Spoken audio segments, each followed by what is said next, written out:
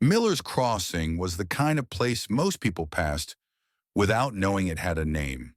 A forgotten stretch of rural Pennsylvania, nestled between two ridges, surrounded by overgrown woods and the remnants of coal-era towns.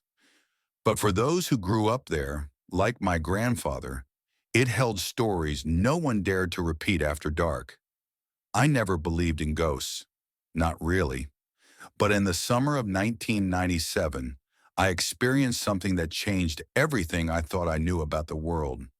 It happened when I was 16, sent to live with my grandparents for a few months while my parents worked through a separation.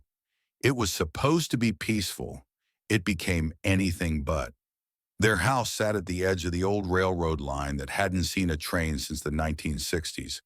Trees had grown over the tracks, swallowing them in green. At night, the only sounds were crickets and the occasional bark of a distant dog. But every now and then, something else would break the silence, something that sounded like knocking. The first time I heard it, I assumed it was the wind. Three slow, deliberate knocks, not on the door, but on the side of the house, right beneath my window. I got up, peered outside, but saw nothing. The yard was empty, the trees unmoving in the still night. I went back to bed. The next night, the same thing. Three knocks, always three.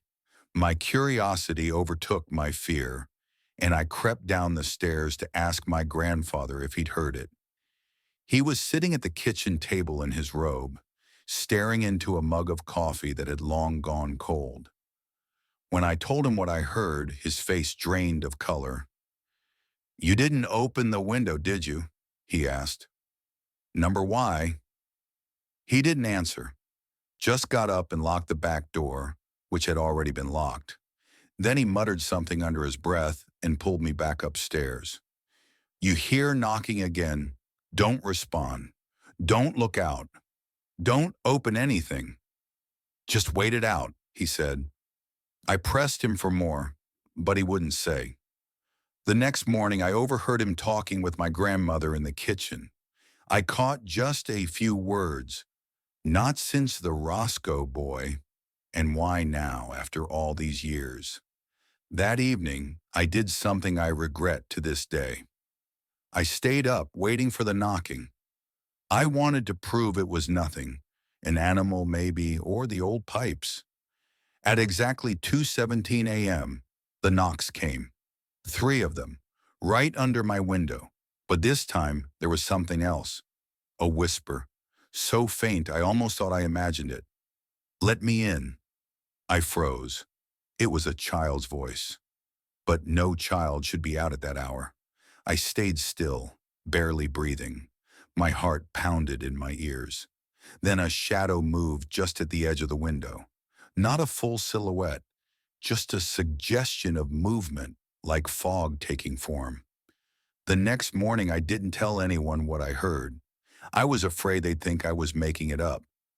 But I started to notice something strange. My bedroom, the guest room, was colder than the rest of the house, even in the middle of July.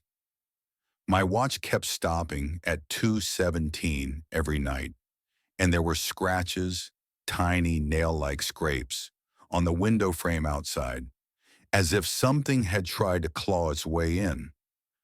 I finally confronted my grandfather. I demanded answers.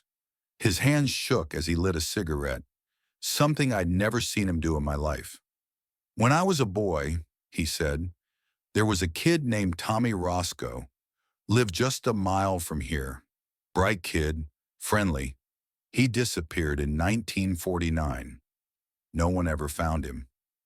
Just gone. People thought he ran away. But I know better. I saw what really happened." He paused. "We were playing near the old train tunnel, the one past Briar Hollow.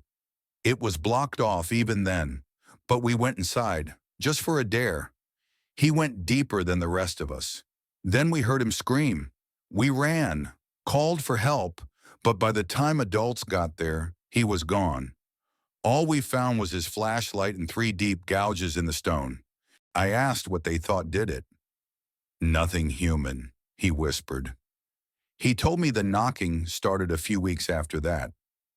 Families along the old tracks heard it, always three knocks, always around the same time, and always followed by disappearances.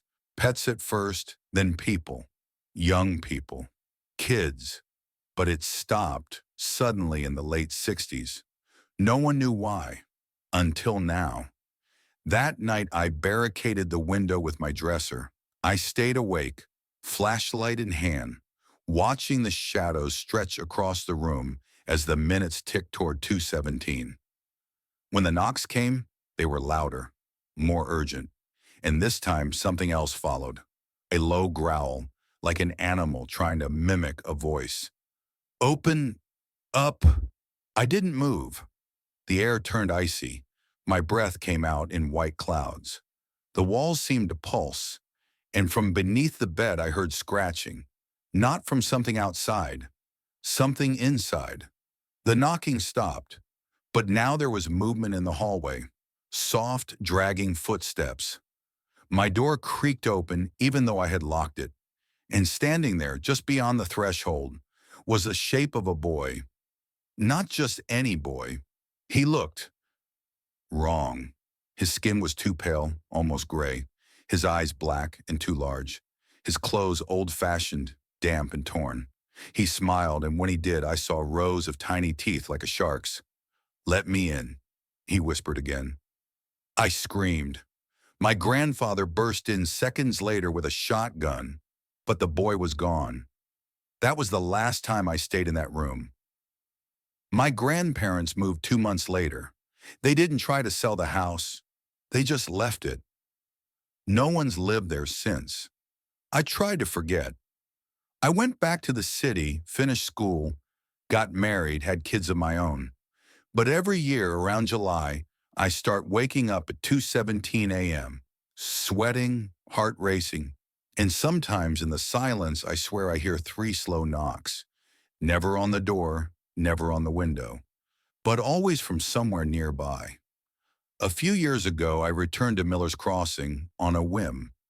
The house was still standing, though nature had taken over. The roof sagged, the paint peeled, vines strangled the porch, but the tracks were still there, buried in weeds. I stood by the tunnel where Tommy vanished. Someone had spray painted over the entrance. It said one word, "Beware." As I turned to leave, the wind kicked up, and I heard it. Knock, knock, knock. I didn't wait. I ran to my car, heart in my throat, and didn't stop driving until I saw streetlights again. Some nights my daughter tells me she hears knocking at her window. Just 3 times. She's 7. I haven't told her anything about Miller's Crossing, but I think something followed me, and now it wants in.